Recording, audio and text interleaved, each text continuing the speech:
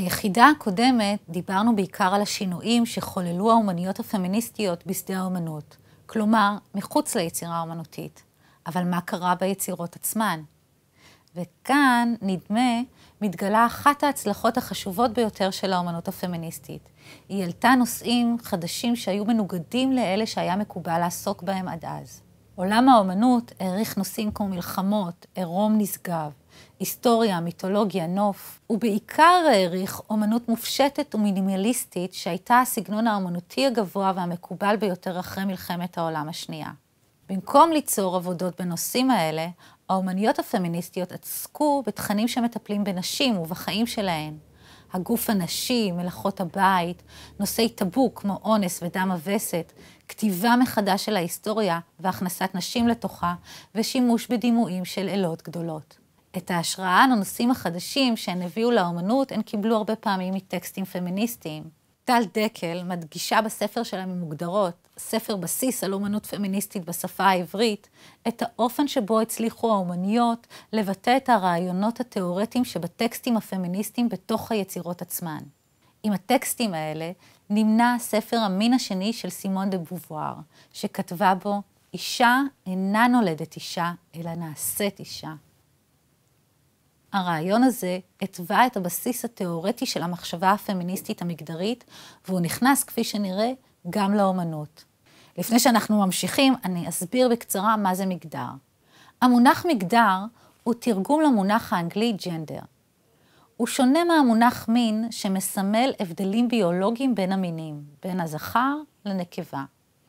המגדר שואל איך הפכנו להיות אישה או גבר.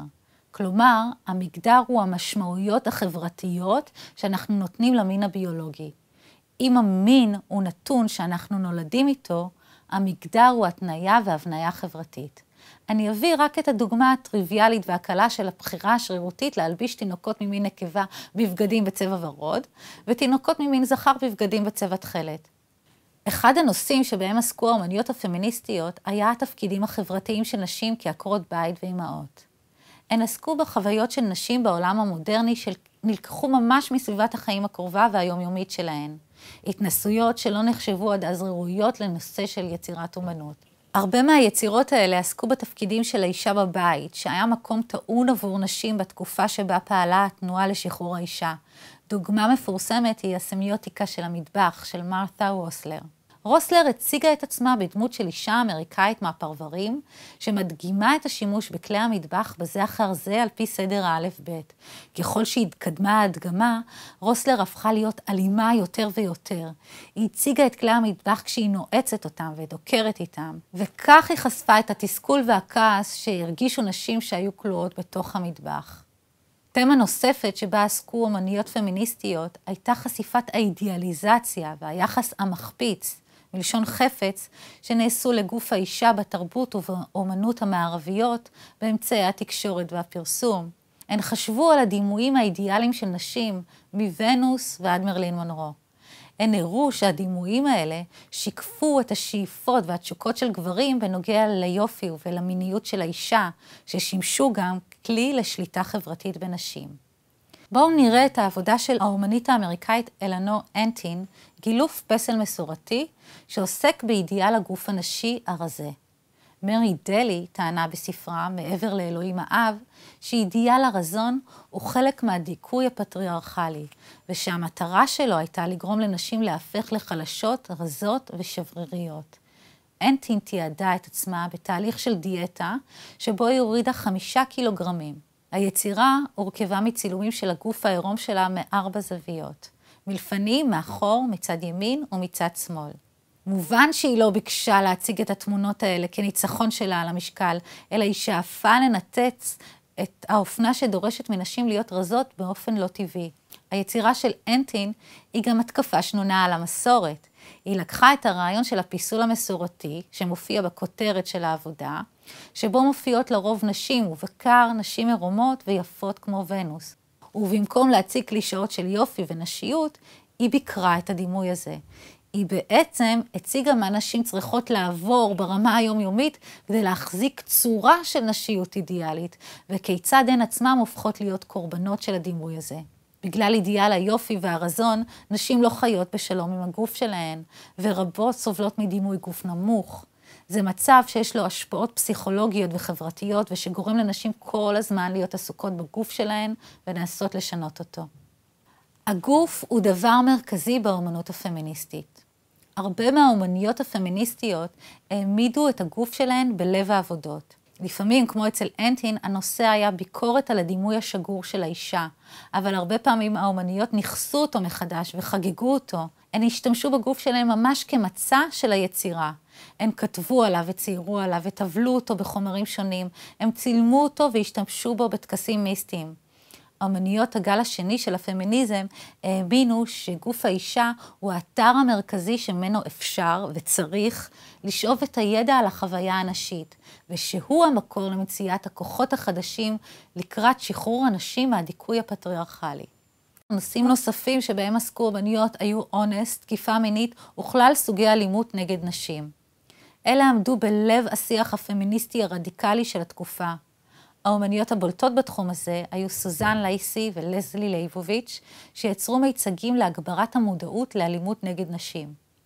במיצג 3 שבועות בחודש מאי משנת 1977, הן רצו לעורר את המודעות של תושבי לוס אנג'לס למקרי אלימות נגד נשים שיראו בעיר במהלך חודש אחד. על רחבת בניין העירייה הן הציגו מצגת מפורטת על גבי מפת העיר של כל מקרי האונס שיראו בחודש מאי. במקביל, הן קיימו פעולות הסברה. עוד מיצג שלהן מאותה שנה, באבל ובזעם, נוצר בעקבות רוצח סדרתי שפעל אז באזור לוס אנג'לס. הן ביקשו לשנות את האופי המציצני והחושפני של דיווחי התקשורת על המקרים. הן רצו שבמקום להתמקד בנשים, שהתקשורת תתמקד בעבריינים ובאלימות שמפעילים גברים נגד נשים כתופעה חברתית. במיצג השתתפו 10 נשים שעטו כיסויי בת שחורים וגדולים על הראשים שלהן.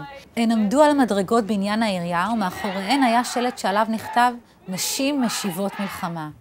אישה נוספת לבשה גלימה סגולה ודיברה מול הקהל על הצורך בשינוי. נושא נוסף שהאומניות הפמיניסטיות טיפלו בו היה ההיסטוריה, ובאנגלית hair story.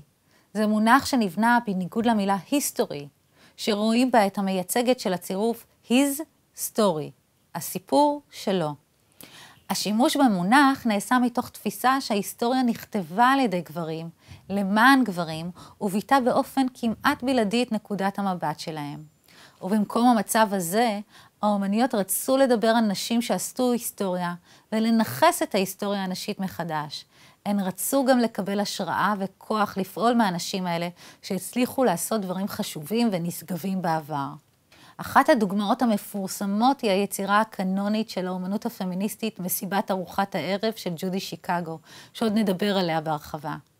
נושא ההיסטוריה מתקשר לתת זרם בתוך האומנות הפמיניסטית, והוא אומנות האלות הגדולות. האומניות התמודדו עם הדתות המונותאיסטיות הפטריארכליות, בעיקר הנצרות והיהדות, שהתעלמו מההיסטוריה ומחקו את האלות וסימנו את האלוהים בדמות האב. סימון האלוהים בדמות הגבר הוא סימבולי, ומעגן את העליונות של הגברים על נשים בעולם הארצי. האומניות הסתמכו על כתבים של תיאורטיקניות כמו מרלין פרנץ', שטענו שחלק מהחברות המוקדמות שלפני שלטון האב היו חברות מטריארכליות, חברות שבהן לנשים היה מקום חשוב בדת ובחברה. הן הסתמכו על ממצאים ארכיאולוגיים מתרבויות עתיקות של לילות פולחן כמו ונוס מווילנדורף. צלמית אישה מתקופת האבן בעלת אגן רחב ושדיים כבדים שמרמזים על פוריות. חלק מהעבודות נעשו בטבע או באתרים מקודשים ועתיקים שבהם נהגו לסגוד לאלות. היצירות האלה היו חלק מניסיון לייצר מיתולוגיה פמיניסטית ולתת כוח לנשים ולהראות להן שהתרבות הפטריארכלית היא לא מצב שחייב להיות קבוע, כי היא לא הייתה שם מאז ומעולם. דוגמה לעבודות האלה היא ראש אלה של מרי בת אדלסון, שמצולמת עירומה בטבע ועל הראש שלה דימוי של קונחייה. הידיים שלה מורמות למעלה בתנוחה מעגלית והיא כמו מבקשת לקבל אנרגיה מהיקום. המקור של התנוחה הוא פסלוני האלילות הקדומות, כמו למשל זה של אלת הנחש של קרטים מהתקופה המינואית. בסרטון הבא נמשיך לדבר על השינויים שחוללה התנועה הפמיניסטית בחומרים, במצע היצירות ובדרך הפעולה האמנותית.